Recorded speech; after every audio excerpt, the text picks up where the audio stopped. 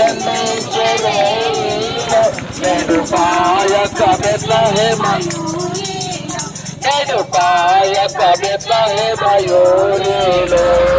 కన్య మరియమ్మ గర్భమందున కన్య మరియమ్మ గర్భమందున నింబను ఏలనడి నామమందున నింబను ఏలనడి నామమందున శ్రీయేశుండు జన్మించరే శ్రీయేశుండు జన్మించరే నేడు పాయక బెత్లెహేమయూరిలో నేడు పాయక బెత్లెహేమయూరిలో సత్రమందుల పశువుల శాలయందున సత్రమందుల పశువుల శాలయందున దేవపుత్రుండు మనుజుండాయనందున దేవపుత్రుండు మనుజుండాయనందున శ్రీయేశుండు జన్మించరే శ్రీయేశుండు జన్మించరే నేడు పాయక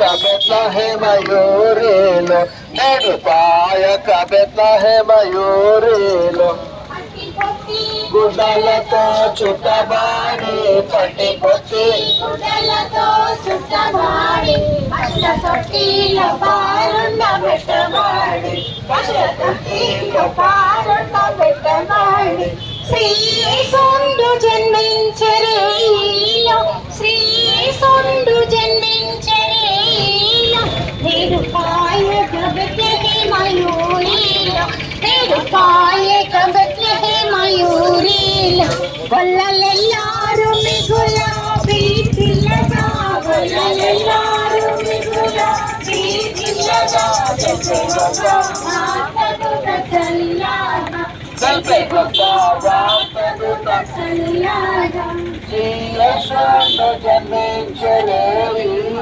శ్రీయేశుండు జన్మించరే పాయక బెత్లెహేమయూరిలో నేడు పాయక బెత్లెహేమయూరిలో సాయంకాలపు శుభములు. The loan star Telugu Baptist church third service Subedarpet Nellore ప్రాంతం నుంచి మేము ఈ ప్రాంతానికి నార్త్ రాజపాలెం అనే ప్రాంతానికి ఎందుకు వచ్చామంటే ప్రభువైన యేసుక్రీస్తును గురించినటువంటి సువార్తను తెలియజేయడానికి. సువార్త అనగా యేసుక్రీస్తు యొక్క పుట్టుక, ఆయన జీవితము, ఆయన మరణము, ఆయన పునరుత్థానం. ఆయన ఈ లోకంలో మానవునిగా జన్మించాడు.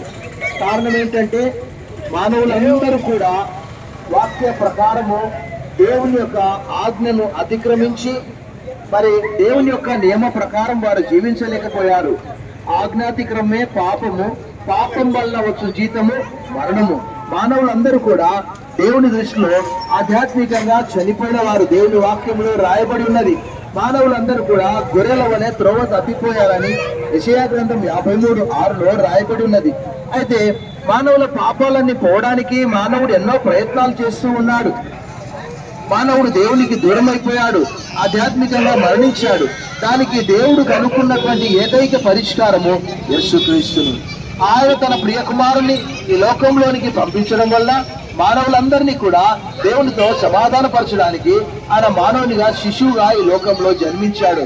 లేఖనాలన్నీ కూడా యేసుక్రీస్తు పుట్టుక గురించి చాలా స్పష్టంగా వందల సంవత్సరాల పూర్వమే లిఖించబడ్డాయి. ఎలా అనగా మనకు శిశువు పుట్టెను, కుమారుడు మనకు అనుగ్రహింపబడుతుంది లేఖన భాగం రాయబడ్డది. కన్యక గర్భవతి అయి కుమారుడు కానీ ఆయనకు ఇమానుయేలు అని పేరు పెడతారనే మాట కూడా రాయబడ్డది. సాయంకాలం ఎందుకొరకు వచ్చాడు ఆయన మానవుల కొరకంటే మానవులందరూ కూడా దారి తప్పిపోయి తొలగిపోయి ఉన్నారు కాబట్టి వారి పాపములను తీసివేయడానికి ఈ లోకానికి వచ్చాడు. మానవుడు పాప భారంతో పాప సమస్యతో బాధపడుతూ ఉన్నాడు. పాపాన్ని పోగొట్టుకోవడానికి అపరాధ భావంతో అనేక మంది తప్పు చేసి ఏం చేస్తుంటారంటే ఆత్మహత్య చేసుకుంటూ ఉంటారు. కానీ లేఖనాలు తెలియజేసి 103వ కీర్తన 12వ వచనంలో పడమటికి తూర్పు ఎంత దూరమో ఆయన మన అతిక్రమములు అంత దూరం పరిచాడట.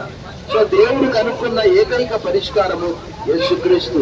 యేసుక్రీస్తుపై ఆయన మన పాపాలన్నీ కూడా మోపాడు. కాబట్టి ఎవరైతే యేసుక్రీస్తు యందు విశ్వాసం ఇస్తారో వారికి పరలోక భాగ్యము మరి లభిస్తున్నది. దేవుడు లోకమును ఎంతో ప్రేమించును కాగా తన అద్వితీయ కుమారుడుగా పుణ్యవాణి అందు విశ్వాసముంచు ప్రతివాడు నశింపక నిత్య పొందట్లే అనుగ్రహించారు. ఈ సాయంకాలము ఇది ఒక ప్రాంతానికి కాదు, ప్రపంచమంతటికి ఇదిగో ప్రజలందరికీ కలగబోవు మహా సంతోషకరమైన సువర్తమానం నేను మీకు తెలియజేస్తున్నాను. దావీదు పట్టణమంతటి రక్షకుడు మీ కొరకు పుట్టి ఉన్నాడు. ఈయన ప్రభువైన క్రీస్తు. ఈ క్రీస్తు యందు విశ్వాసం ఉంచడం వల్ల పరలోక భాగ్యము, పాప క్షమాపణ, క్రీస్తులో ఆనందము, సంతోషము, దేవునితో సమాధానము. దేవుని వాక్యం దీవించి ఆశీర్వదించింది కాక. మీ అందరికీ the loan star Telugu Baptist church service Subedarpet పక్షంగా మరి క్రిస్మస్ శుభాకాంక్షలు మరియు నూతన సంవత్సర శుభాకాంక్షలు తెలియజేస్తున్నాం. మీ అందరి కొరకు ప్రార్థన చేస్తాము. సర్వశక్తి గల దేవ, ఈ ప్రాంత ప్రజల కొరకు మీరు ఈ లోకానికి వచ్చారు. మానవుడిగా, శిశువుగా మీకు వదనములు. ఈ సువార్త ప్రపంచమంతటి కొరకు ప్రజలందరికీ అన్నారు. ఈ ప్రాంతానికి మాత్రమే కాదు, ఇక్కడ సువార్త విన్న ప్రజలందరూ కూడా రక్షించబడడం సహాయం చేయమని యేసు నామములో ప్రార్థిస్తున్నాం తండ్రి. ఆమేన్. The Lone Star Telugu Baptist Church Third Service wishes you a Merry Christmas and Happy New Year.